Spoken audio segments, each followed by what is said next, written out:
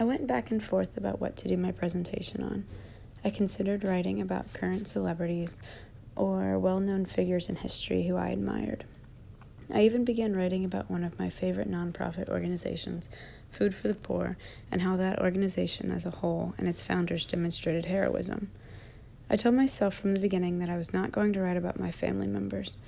I thought, everyone does that, and no one wants to listen about people they've never met and probably will never meet.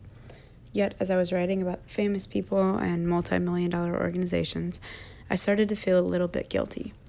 Those people and organizations are recognized so frequently. My everyday family members who exemplify heroism do not receive even close to the praise that they deserve, so that's what I'm going to try to do today, even if only a few people get to hear his story. Oxford Dictionary defined the word heroism as great bravery. This is very similar to the word heroic, which means having great characteristics of a hero or a heroine, very brave. And I know they're not the exact same, but those definitions fit my hero, who is my grandfather, perfectly. My hero is my grandfather, Charlie Maurer, or as we called him, Granddaddy. He was born in 1926, which, as we all know, was just 3 years before the stock market crashed in 1929. With that being said, this is a man who lived the entirety of the Great Depression. When my grandfather was just 15 years of age, his father, my great-grandfather, fell out of a hayloft in the family barn, broke his neck, and tragically died. He left behind 6 children and his wife. My grandfather dropped out of high school for a short period to help his family with the farm before he returned and graduated. 2 years after his father's death, the year is now 1943, my grandfather, who is now 18, is drafted into World War II and is sent to Germany, where he proudly served in the United States Army 1st Infantry Division. Unfortunately, my grandfather passed away when I was 15 years old. With that being said, we didn't really talk about the graphic details of the war, as many men would refrain from doing so with their adolescent granddaughter. However, he once told me a story about his time overseas that I will never forget. When the men in my grandfather's division arrived in Germany, they arrived on a boat.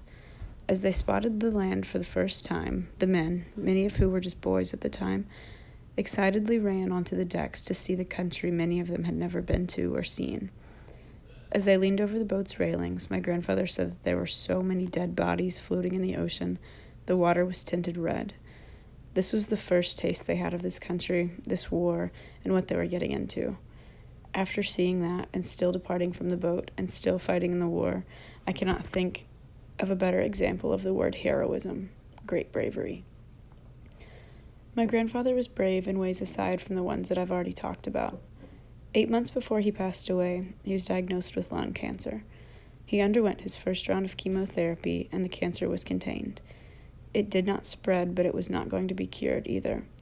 The doctors ran by all of the statistics and told him what his lifestyle would consist of if he decided to go through another round of chemo. After that, he decided to opt out of the second round. During those 8 months, my grandmother, who was his wife of 64 years, rapidly started to develop symptoms of Alzheimer's disease. My granddaddy had to come forward to his 5 sons, who were my uncles and my father, about his wife's ailing health and how he needed help. I don't know about you, but that would take a lot of bravery for me to admit that I can't take care of my spouse any longer. It was a very selfless and heroic act. He knew, for his wife's overall well-being, that he needed help taking care of her. My grandparents passed away 2 days apart in February of 2015, and many people say that my grandmother's death was partially to blame because of a broken heart, as cheesy as that might sound. My family thinks because my grandmother was taking care of my grandfather for those 8 months, it really took a toll on her. Yes, my grandfather was diagnosed with lung cancer, but my grandmother passed away first. Although those were his final days with us, he was aware that his wife had passed away. My uncles and father told him the news the night that she had passed away.